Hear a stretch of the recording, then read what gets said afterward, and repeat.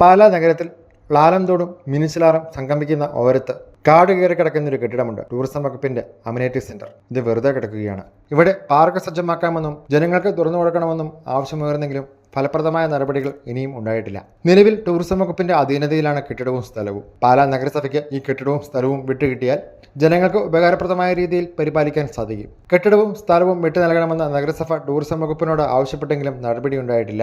നിരവധി തവണ ടൂറിസം വകുപ്പിന് ഈ ആവശ്യം ഉന്നയിച്ച് നഗരസഭ കത്ത് നൽകിയിരുന്നു. നഗരസഭ കൗൺസിൽ പ്രമേയവും പാസാക്കിയിരുന്നു. ഈ കെട്ടിടവും സ്ഥലവും വെറുമൊരു പാർക്കിനും ഹോട്ടലിനും വേണ്ടി പണിതീർത്തതല്ലെന്ന കാര്യം സൗകര്യപൂർവ്വം വിസ്മരിക്കപ്പെടുകയാണ്. ജില്ലയുടെ കിഴക്കൻ മേഖലയിലുള്ള വിനോദസഞ്ചാര കേന്ദ്രങ്ങളെയും തീർത്ഥാടന കേന്ദ്രങ്ങളെയും ബന്ധിപ്പിച്ച് നടപ്പാക്കാൻ ലക്ഷ്യമിടുന്ന ഗ്രീൻ ടൂറിസം സർക്യൂട്ട് പദ്ധതിയുടെ ആസ്ഥാന കേന്ദ്രം എന്ന നിലയിലാണ് അമിനിറ്റി സെന്റർ പണിയിച്ചത്. 145 കോടി രൂപയുടെ പദ്ധതി നിശ്ചലാവസ്ഥയായതോടെ ഇതിനായി പണികഴിപ്പിച്ച കെട്ടിടവും അനാഥമായി. അമിനിറ്റി കേന്ദ്രത്തിന്റെ ഉദ്ഘാടനം 2021 നടന്നു. എന്നാൽ പദ്ധതി മാത്രം നടന്നില്ല. മീനച്ചിൽ താലൂക്കിലെ പ്രകൃതിരമണീയമായ ഇല്ലിക്കൽക്കല്ല്, ഇലവിഴ പൂഞ്ചിറ, മാർമലേരുവി, അയ്യൻപാറ, വാഗമൺ ഉൾപ്പെടെയുള്ള വിനോദസഞ്ചാര മേഖലകൾ വികസിപ്പിച്ച ആഭ്യന്തര ടൂറിസവും രാമപുരം, നാലമ്പലം, ഭരണങ്ങാനം, കുരിശുമല തീർത്ഥാടന കേന്ദ്രങ്ങളും പ്രോത്സാഹിപ്പിക്കുന്നതിനായി വിഭാവനം ചെയ്ത് ആരംഭം കുറിച്ചതാണ് ഗ്രീൻ ടൂറിസം സർക്യൂട്ട് പദ്ധതി.